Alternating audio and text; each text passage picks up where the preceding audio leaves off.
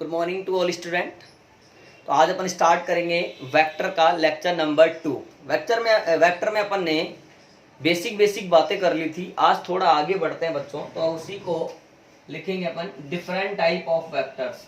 Different type of vectors, ठीक है बेटा, यानी विभिन्न प्रकार के सदिश। इसको हिंदी में भी लिख देता हूं, विभिन्न प्रकार के सदिश, ठीक है बेटा। इसमें पहला है हमारे पास में इक्वल वेक्टर, या इसको कहते हैं बेटा लाइक वेक्टर, लाइक, ठीक है। हिंदी में कहें तो समान सदिश या तुल्य सदिश। अब बेटा तुम ध्यान से देखो, वेक्टर में दो ही चीजें होती हैं, एक तो होता है उसका मैग्नीट्यूड, एक होती है उसमें direction.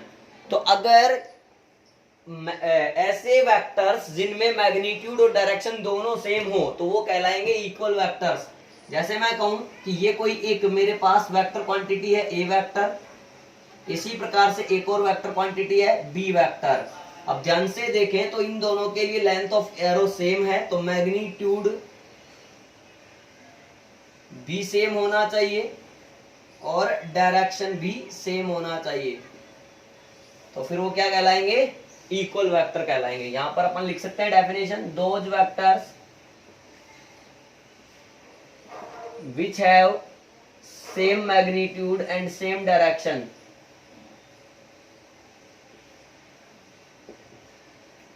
Same magnitude and same direction are called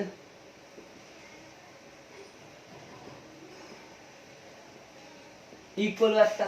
clear?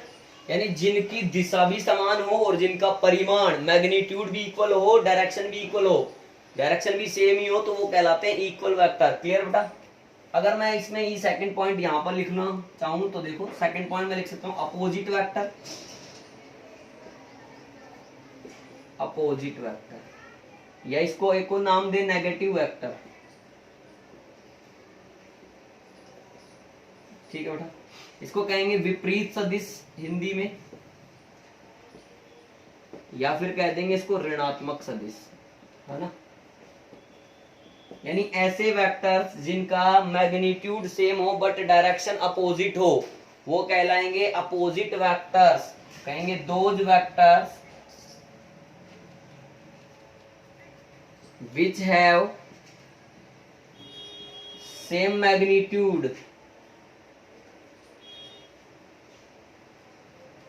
but opposite direction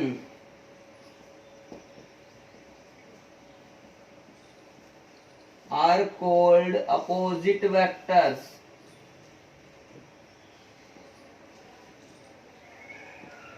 ठीक है बेटा। जैसे एग्जाम्पल की बात करूं बेटा, जैसे मान लो कोई ए वेक्टर है वो इस तरफ है, अब इसका क्या लेना है हम लोगों को? अपोजिट वेक्टर लेना है। तो इसका अपोजिट वेक्टर यानी इसकी डायरेक्शन बदल दो, केवल डायरेक्शन अपोजिट हो जाए। यानी ये अगर अपोजिट वेक्टर लोगे तो ये आ जाएगा इसका माइनस ए वेक्टर। बात क्लियर है? ये आपस में क्या है? अपोजिट वेक्टर है। या ऐसे कह दो ए वेक्टर का अपोजिट या नेगेटिव वेक्टर क्या होगा? माइनस ए वेक्टर होगा। यानी डायरेक्शन उल्टी करते ही एफ वेक्टर का minus F vector, S vector का माइनस एस वेक्टर, है ना, पी वेक्टर का माइनस पी वेक्टर, इस तरह की चर्चा होगी। क्लियर? कर लीजिए नोट। थर्ड पॉइंट देखते हैं, तीसरा। तीसरे नंबर पे है बेटा जीरो वेक्टर। तीसरे नंबर पे हमारा है जीरो वेक्टर।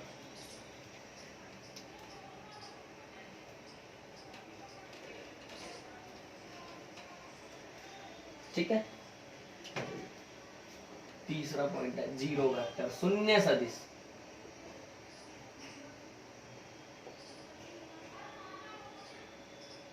यानी ऐसे वेक्टर जिसके लिए मैग्नीट्यूड जीरो होता है बट उसकी डायरेक्शन इन्फिनिटी होती है, कुछ भी हो सकती है। तो those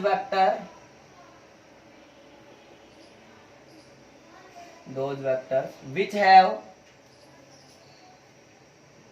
zero magnitude but infinite direction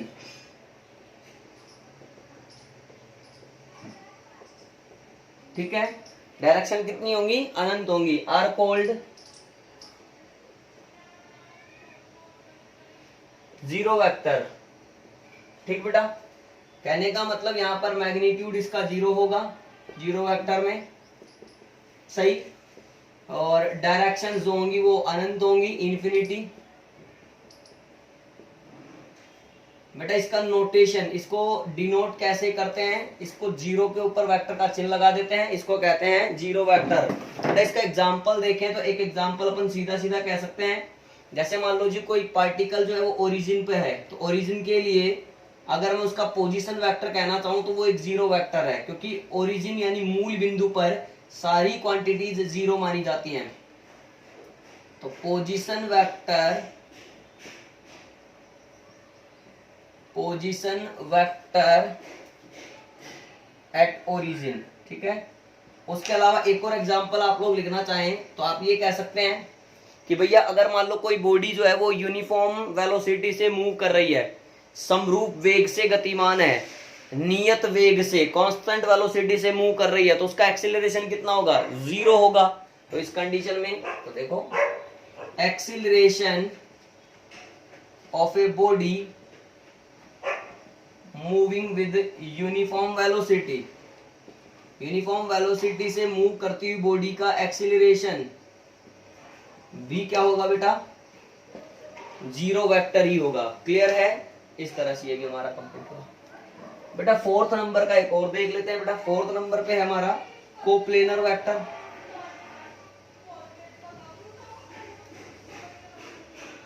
इसको कहेंगे बेटा समतलीय, समतलीय सदिश। कहने का मतलब ऐसे वेक्टर्स जिनका प्लेन सेम होता है, या ऐसे वेक्टर जो एक ही प्लेन में लाई करते हैं, वो आपस में क्या कहलाएंगे, coplanar vector. Those vectors, those vector which lie in same plane are called coplanar vectors. ठीक है, जैसे एग्जाम्पल की बात करूं बेटा, समझना, 3D में बना ले रहा हूं बेटा, ध्यान से देखना। ये एक्स एक्सिस है, ये वाई एक्सिस है बेटा, ये क्या है, जेड एक्सिस है। यहां तक क्लियर है कहानी। बेटा मैंने कहा यहाँ पर एक वेक्टर है ए वेक्टर, एक वेक्टर है बी वेक्टर, एक वेक्टर चलिए कुछ भी मैंने ले लिया सी वेक्टर। बेटा यहाँ पर मैंने कहा कि ये है डी वेक्टर, ई वेक्टर और एफ वेक्टर है, कुछ भी है, ये जी वेक्टर, एच वेक्टर और एक है हमारे पास में आई वेक्टर। छोटे में ले लो सारे, ठीक बेटा। अब ध्यान से देखें तो ए बी सी आपस में कोप्लेनर है, बिकॉज ए बी सी किस प्लेन में है बेटा, एक्स वाई में है। हाँ, ए जो है वो डी के साथ में कोप्लेनर नहीं है, इन दोनों का प्लेन अपने आप में अलग अलग है। हाँ, ए का जो है वो बी और सी का जो प्लेन है उसके बराबर ही होगा, यानी ये तीनों वेक्टर कहां पर हैं, एक्स वाई प्लेन में है, तो ये तीनों आपस में कोप्लेनर वेक्टर हुए। इसी प्रकार ये तीनों भी कोप्लेनर है, ये कहां पर है, वाई जेड प्लेन में है, ये तीनों भी कोप्लेनर है, ये कहां पर है, एक्स जेड प्लेन में है। तो इन एक्स वाई प्लेन कौन कौन है बेटा, अपने एग्जांपल के अकॉर्डिंग अपन एग्जांपल ने सेट किया अपन ने, तो A vector, B vector and C vector, ये आपस में कोप्लेनर। इसी प्रकार इन वाई जेड प्लेन देखें तो कौन कौन है बेटा, D vector, E vector, F vector. इसी प्रकार से अपन बेटा एक्स जेड प्लेन देखें तो बेटा एक्स जेड प्लेन में हमारे पास है जी वेक्टर, एच वेक्टर और आई वेक्टर, ये तीनों आपस में कोप्लेनर है। क्लियर, ये तीनों कोप्लेनर है आपस में, ये तीनों कोप्लेनर है आपस में, ये तीनों कोप्लेनर है आपस में, लेकिन ये इनके साथ कोप्लेनर नहीं है। क्लियर, आ गया समझ में, कर लो नोट। नेक्स्ट देखते हैं बेटा,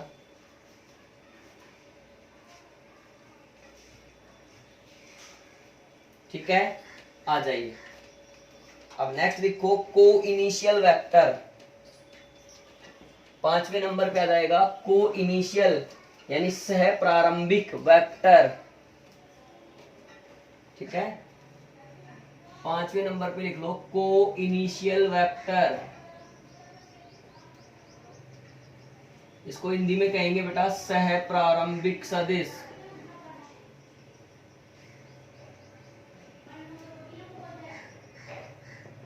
ठीक है, अब सह प्रारंभिक सदिश मतलब ऐसे वेक्टर्स जिनका इनिशियल पॉइंट या स्टार्टिंग पॉइंट क्या होता है, सेम होता है। अब इनिशियल पॉइंट तो सेम होगा बट वो डायरेक्टेड होंगी डिफरेंट डायरेक्शंस में। मैं पहले लाइन लिख देता हूं फिर समझाता हूं। देखो,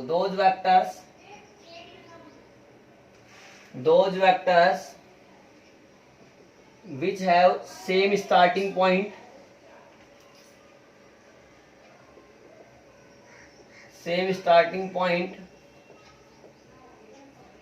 but directed in different directions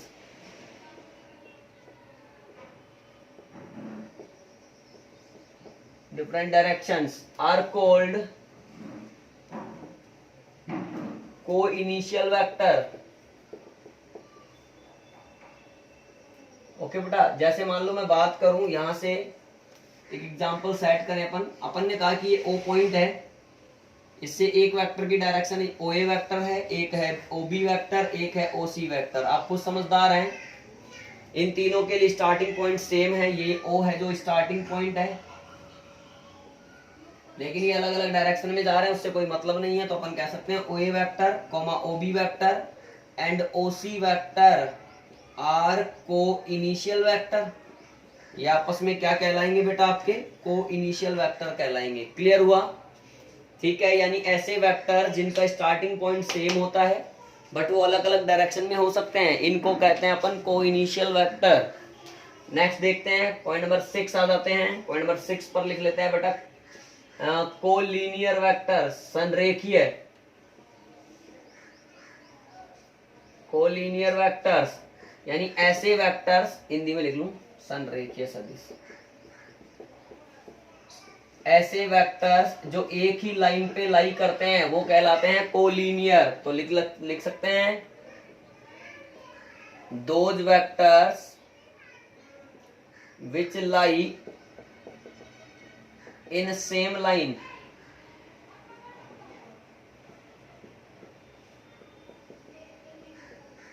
are called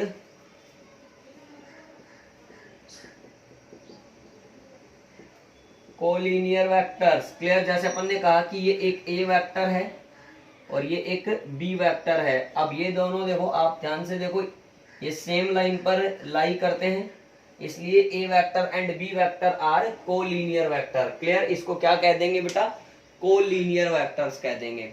समझ में आ रहा है? ठीक है, 2 वेक्टर और कंप्लीट कर लेते हैं आज।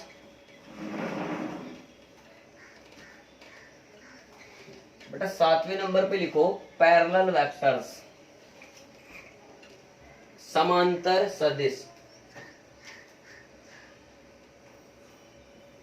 Parallel vectors,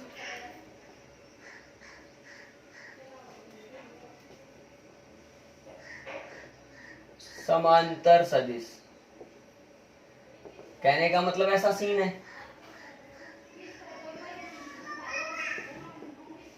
A vector and B vector अगर सेम डायरेक्शन में होंगे तो इसका मतलब वो एक दूसरे के क्या कहलाएंगे, पैरेलल कहलाएंगे। मैग्नीट्यूड सेम हो भी सकता है और नहीं भी हो सकता है, बस ये पैरेलल होने चाहिए। क्लियर? ये कहलाएंगे पैरेलल वेक्टर्स। अब एंटी पैरेलल क्या होते हैं वो भी देख लो, अथवा प्रति समांतर सदिश।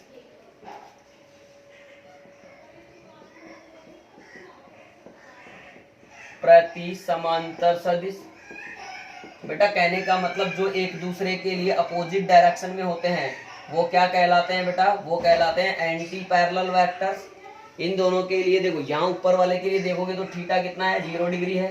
यहाँ पर थीटा देखोगे तो कितना है, 180 डिग्री है। कहने का मतलब यहाँ नीचे वाले केस में भी मैग्नीट्यूड सेम हो सकता है और नहीं भी हो सकता है। बात क्लियर हो रही है? तो इस तरह से बच्चों हमने आज जो है डिफरेंट टाइप ऑफ वेक्टर्स के कुछ पार्ट्स यानी 8 नंबर तक जो वेक्टर्स हैं वो कवर कर लिए हैं। नेक्स्ट जो इसके बाद वाला पार्ट है वो अपन देखेंगे नेक्स्ट वीडियो में। आज के लिए इतना ही काफी है, आप लोग पढ़ाई करते रहिए, ठीक है? और कोई डाउट हो तो बिना हेजिटेशन के कमेंट सेक्शन में कमेंट कर दीजिए। Thank you, all the very best.